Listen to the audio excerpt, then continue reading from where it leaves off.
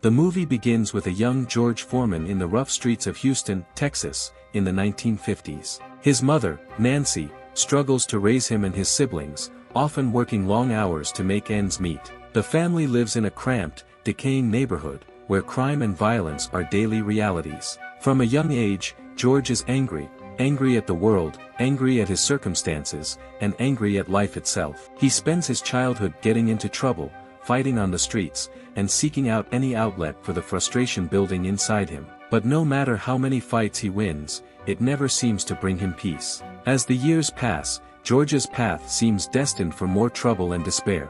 His anger only grows as he faces life's difficulties, and it appears there is no way out for him. That is until, at the age of 15, he joins the Job Corps, a government-run program designed to help young people like him get back on track. But no matter how hard he runs away from trouble, there's one around the corner. He got into trouble at Job Corps that result into only two possible ways: to go to prison or back home. It is here that George meets Doc Broadus, a former boxer now works at Job Corps who sees the raw potential within George. Doc understands George's anger and knows how to channel it, offering him boxing as an escape from the violence of his past. George is initially hesitant. He is skeptical about boxing, even almost quit after his sparring session at the training center Doc took him.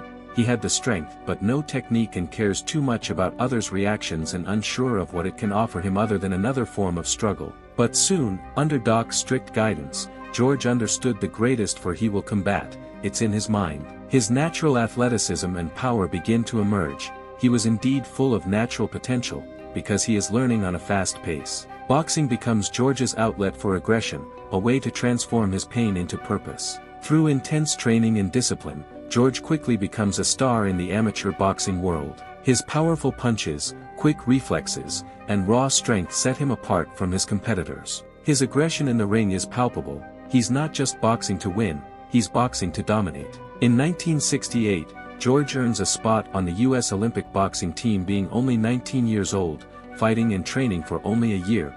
One would think he has zero chance of winning a match. But George thought otherwise. At the Mexico City Olympics, George impresses everyone with his skill and power, eventually winning the gold medal by defeating Jonas Sepulus in the final. His name echoes all over the arena: Foreman, Foreman, Foreman. His triumph is more than just a personal victory.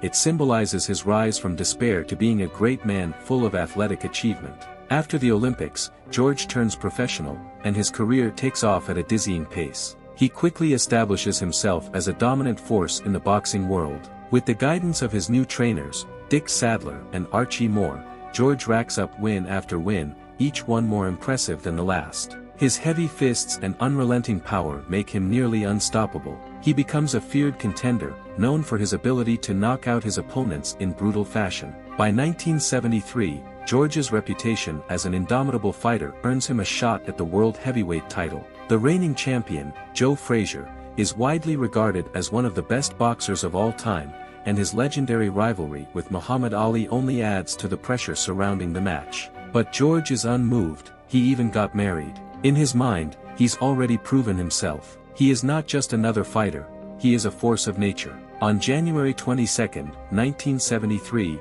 George faces Joe Frazier in Kingston, Jamaica, for the heavyweight title. The fight is expected to be a brutal showdown. As expected, Frazier was the favorite to win, but George is ready to give it all it takes to be greater. In an outrageous display of power and skill, Frazier got the first hit with a good left hook, but this didn't have much effect on George, because he proceeded to knock Frazier down 6 times in just 2 rounds before the referee stops the fight. George Foreman has become the new heavyweight champion of the world. His victory is a statement to everyone watching: he is the king of the ring, and nothing or no one can stop him. With his newly found fame and wealth, George continues to dominate the boxing world. He knocks out every opponent who dares to challenge him, building a reputation as the most fearsome boxer alive. But his success begins to make him overconfident. He starts to think no one can match him or stands up to him. George, once driven by the anger of his past, now believes he is invincible. He begins to take his opponents for granted, and his arrogance begins to show. Then, in 1974, George's world is turned upside down. He is set to face the legendary Muhammad Ali in what will go down in history as one of the most iconic boxing matches of all time. Muhammad Ali has been throwing shades at George on TV. So the fight is titled The Rumble in the Jungle, and is set to take place in Zaire, now the Democratic Republic of Congo. The world watches with bated breath as two titans of the sport prepare to clash. At first, George is the overwhelming favorite. He is younger, stronger, and has already defeated Joe Frazier, the man who had famously fought Ali 3 times. The world expects George to easily dispatch Ali in a brutal knockout. But Ali knows George too well, so he knows how to win against him. From the opening bell, Ali refuses to engage in a traditional fight. Instead, he employs a strategy that shocks everyone. He leans back against the ropes, letting George wear himself. He gets pounding and pounding. This tactic, known as the rope-a-dope, frustrates George, who cannot land a decisive blow. Round after round, George throws punch after punch, but his energy starts to fade as the minutes pass. Ali, calm and collected, takes the punishment while conserving his energy and kept taunting George. By the time the 8th round comes around, George is super exhausted. His punches are slower, his stamina is depleted. Ali seizes his moment, launching a quick combo that knocks George down. For the first time in his career, George Foreman has been knocked out. The world is stunned.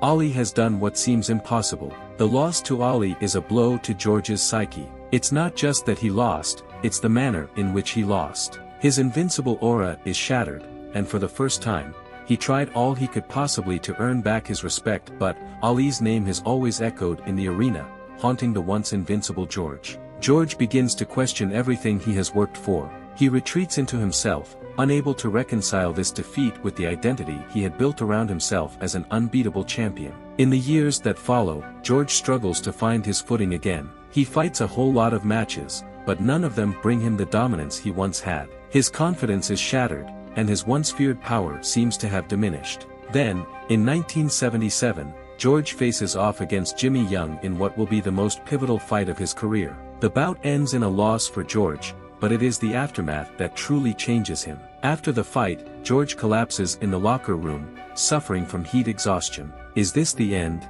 In this moment of vulnerability, he has a near-death experience, and he later recounts seeing visions of hell and hearing the voice of God calling to him. This moment of spiritual awakening leads George to reevaluate his life and his purpose. In what we can say is a dramatic turn, George announces his retirement from boxing. He leaves the sport behind and embraces Christianity, becoming a preacher and devoting himself to ministry, what most would have thought impossible. He opens a youth center and begins to preach the message of faith and redemption to others. But while his life has found new purpose, the financial realities of his life weigh heavily on him. After years of financial mismanagement, George realizes the hard truth of life, that he needs money to continue his work, and he decides to return to the boxing ring at the age of 38. Many people doubt his ability to come back after such a long hiatus, especially since he is now overweight and fair to say he already passed his prime. But George is even more determined. He begins training harder than ever before,